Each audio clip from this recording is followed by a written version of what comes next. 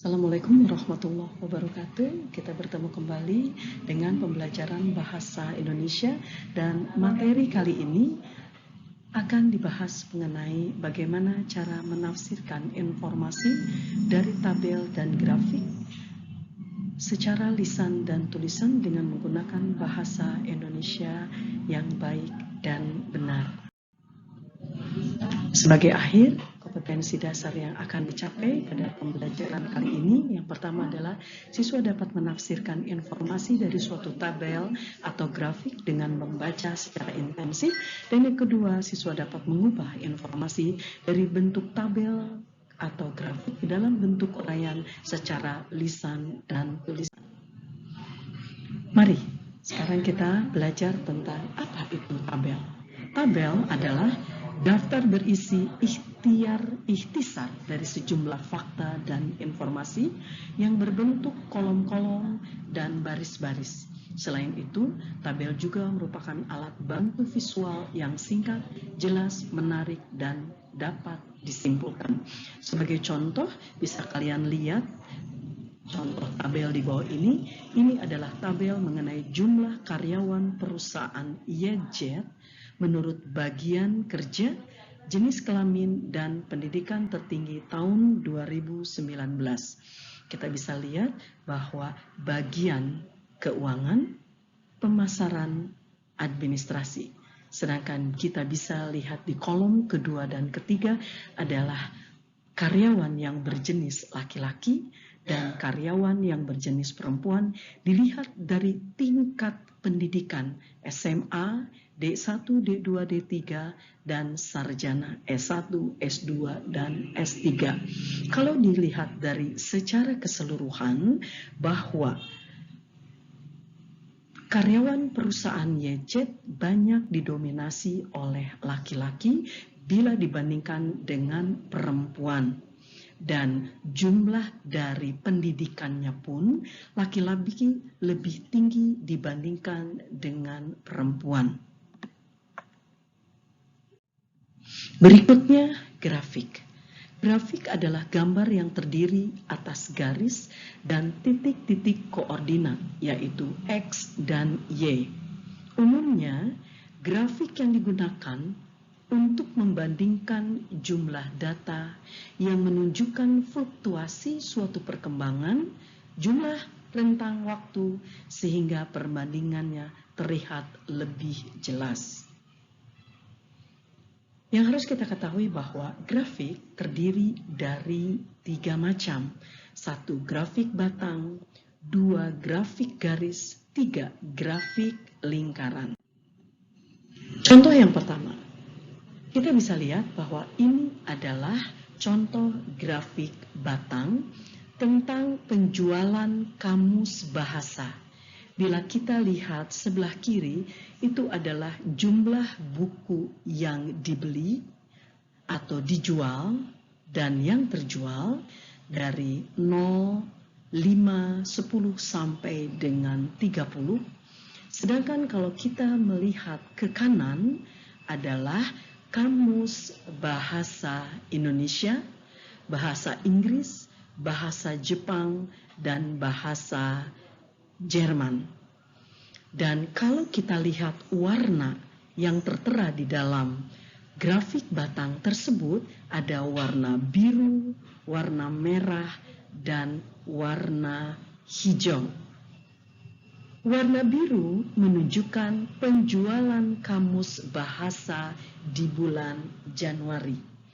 Sedangkan warna merah menunjukkan penjualan kamus bahasa di bulan Februari. Sedangkan warna hijau menunjukkan penjualan kamus bahasa di bulan Maret. Kita bisa melihat bagaimana penjualan kamus bahasa mulai bahasa Indonesia, Inggris, Jepang, dan Jerman di bulan Januari sampai dengan Maret terlihat penjualannya tidak tetap naik atau turun, namun terlihat secara fluktuasi.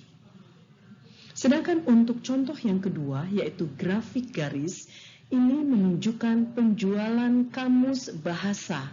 Sama, ya. Kalau di sini kamus bahasanya adalah bahasa Indonesia yang ditunjukkan, kemudian bahasa Inggris dan bahasa Perancis. Kita lihat penjualannya sama mulai dari 0, 10 sampai dengan 70. Sedangkan grafik garis yang menunjukkan warna biru adalah penjualan kamus bahasa di bulan Januari. Sedangkan warna oranye adalah penjualan di bulan Februari. Sedangkan bulan Maret bisa ditunjukkan dengan garis berwarna abu-abu. Dapat kita lihat di sini bahwa penjualan kamus bahasa Indonesia, Inggris, Perancis secara per bulan mulai dari bulan Januari sampai dengan bulan Maret ternyata sama dengan penjualan kamus bahasa di grafik batang, yakni tidak tetap atau tidak meningkat atau menurun, namun berakibat atau terlihat penjualannya secara fluktuasi.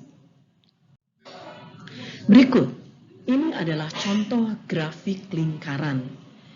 Grafik lingkaran judulnya adalah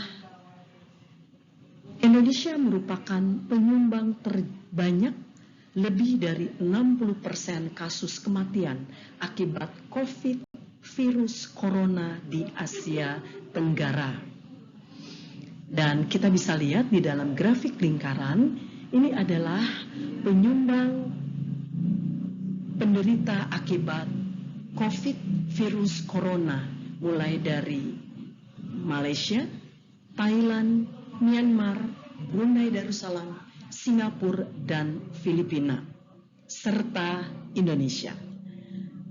Di dalam grafik lingkaran, warna merah menunjukkan bahwa ini adalah penyumbang dari negara Indonesia akibat virus corona. Sedangkan warna kuning itu dari Filipina, warna biru dari Singapura, kemudian Brunei berwarna ungu, Thailand berwarna merah, sedangkan Malaysia berwarna hijau. Kesimpulan yang dapat kita ambil dari grafik lingkaran ini adalah bahwa penyumbang terbanyak kasus kematian akibat COVID virus corona di Asia Tenggara didominasi oleh Indonesia, yaitu 1.959 orang atau 61,3%. Kemudian yang kedua adalah Malaysia, 118 orang. Kemudian berikutnya Filipina, 1.027 orang. Kemudian yang berikutnya ketiga adalah Singapura, 25 orang, Myanmar 6 orang, Thailand 58 orang, dan Brunei Darussalam 2 orang. Sehingga dapat kita ambil kesimpulan bahwa penyumbang terbesar kematian akibat virus corona di Asia Tenggara diduduki oleh Indonesia, yang kedua oleh Filipina, dan yang ketiga oleh Malaysia. Apabila kita belajar tabel atau grafik, ada manfaat yang dapat kita ambil. Yang pertama adalah dapat menunjukkan informasi. Yang kedua, bahwa tabel dan grafik memiliki komunikasi lebih cepat dan menarik. Dan bagian-bagian dari tabel dan grafik pasti ada tujuan, kolom, baris, dan sumber. Sedangkan yang ketiga, bagaimana cara langkah-langkah membaca tabel atau grafik. Yang pertama, kita membaca judul. Yang kedua, bacalah keterangan yang ada di dalam baris atau sisi-sisinya berupa angka atau tulisan. Dan yang ketiga, ajukan pertanyaan tentang tujuan tabel dan grafik. Dan yang 4 adalah bacalah tabel dan grafik dengan selalu mengingat tujuan Anda dan informasi apa yang diperlukan. Dan yang terakhir, ini adalah rekapitulasi bulanan kasus COVID-19 baru di Indonesia. Dan kalau kita lihat, ini adalah kasus terbaru dari pandemi COVID-19 yang menjadi bulan terburuk bagi Indonesia sepanjang negeri ini dalam menghadapinya. Sekitar sepertiga kasus harian baru dan kasus aktif baru terjadi pada bulan tersebut. Jumlah kematian COVID-19 mencapai 7.860 orang pada bulan Januari, menyumbang lebih dari 1/4 total kematian selama pandemi. Proporsi kesembuhan bulanan terhadap total juga lebih rendah dari proposal kasus baru. Dan ini pun menggambarkan penumpukan orang yang menjalani perawatan untuk penyakit ini.